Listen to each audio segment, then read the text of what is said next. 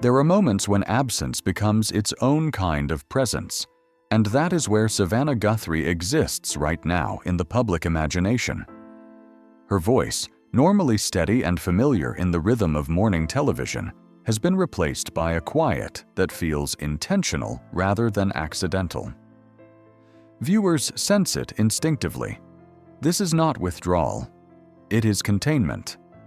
When someone trained in journalism goes silent, it often means they are gathering facts, protecting boundaries, or holding something too heavy to articulate in real time. The public wants emotion on demand, but real grief does not follow broadcast schedules. Savannah's restraint has unsettled people precisely because it resists the performance of vulnerability we've come to expect. The silence feels disciplined, measured, and almost unnervingly composed. It invites interpretation, speculation, and projection. Yet sometimes silence is not mystery. Sometimes it is strategy. Sometimes it is survival. And sometimes it is the only way a person knows how to keep moving forward when everything familiar has fractured beneath them. Why composure can be misread. As distance, composure is often mistaken for emotional distance, especially in public figures who are expected to narrate their inner lives on cue. Savannah Guthrie has never been that kind of broadcaster. Her strength has always been rooted in clarity, preparation, and control, qualities that serve journalism well but complicate personal crisis. When she speaks, she chooses words carefully. When she pauses, it is deliberate. This doesn't mean she feels less. It means she filters more. In moments of uncertainty, that filtering intensifies. What the audience sees as calm can feel cold when people expect visible anguish. But composure is not the absence of pain. It is the management of it. For someone raised to believe that control equals responsibility, emotional regulation becomes second nature. Savannah's public restraint may frustrate those seeking reassurance, but it reflects a lifelong habit of prioritizing steadiness over spectacle. In her world, showing up prepared has always been an act of respect, not detachment. The inherited language of strength is not only something we develop, it is something we inherit.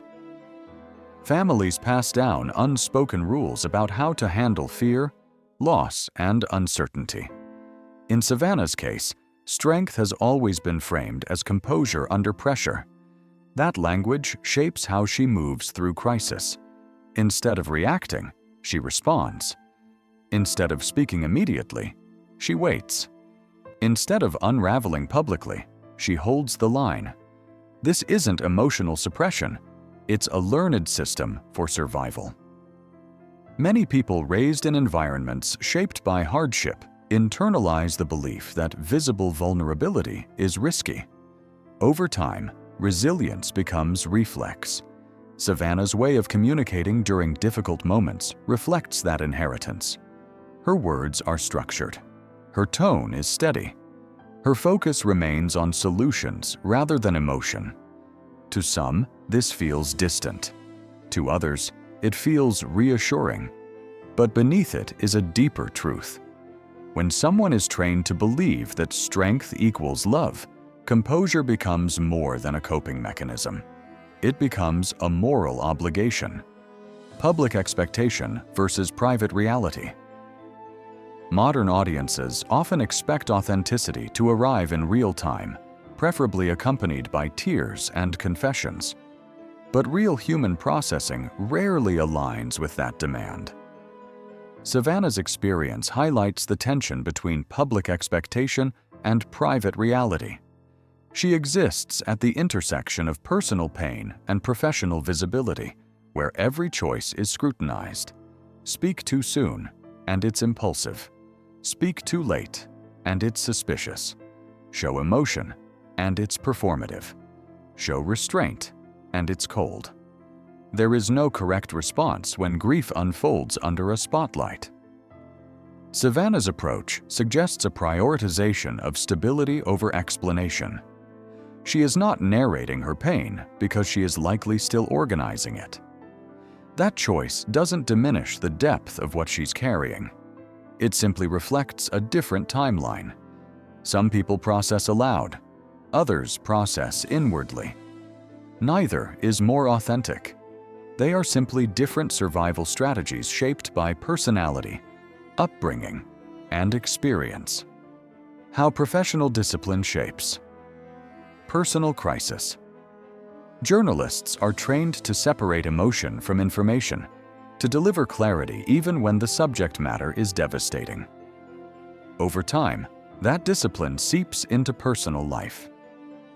Savannah Guthrie has spent decades mastering the ability to remain composed during breaking news, national tragedies, and high-pressure moments. That skill does not disappear when the crisis becomes personal. Instead, it intensifies. Her responses appear measured because measurement is what she knows. She organizes chaos into structure. She manages uncertainty through preparation. This doesn't mean she is untouched by fear. It means she is channeling it through familiar systems. For someone like Savannah, losing composure publicly may feel like losing control entirely. So she defaults to what has always worked: clarity, restraint, and focus. The danger of this approach isn't emotional emptiness. It's emotional exhaustion. Carrying everything internally requires immense energy, and over time, that weight accumulates quietly, invisibly, until the moment it no longer can. Motherhood and the quiet act of rewriting. Rules. One of the most revealing aspects of Savannah's life exists away from the camera, in how she parents. Those close to her often note her warmth, patience, and emotional openness with her children. This contrast matters. It suggests awareness. It suggests intention. People often soften where they once hardened, offering their children what they themselves lacked. In this sense, Savannah's motherhood becomes a quiet act of rewriting inherited rules. She allows her children to feel fully, to cry, to fail, to recover without shame. That doesn't erase her own conditioning, but it reframes it. Yet in moments of crisis tied to family history, old patterns resurface. The instinct to stay strong overrides the instinct to rest. The belief that responsibility comes before vulnerability reasserts itself. This tension explains much of what the public sees now. Savannah is both the woman she was raised to be and the one she has consciously grown into, navigating a moment where those identities collide. Why waiting can be an act of care.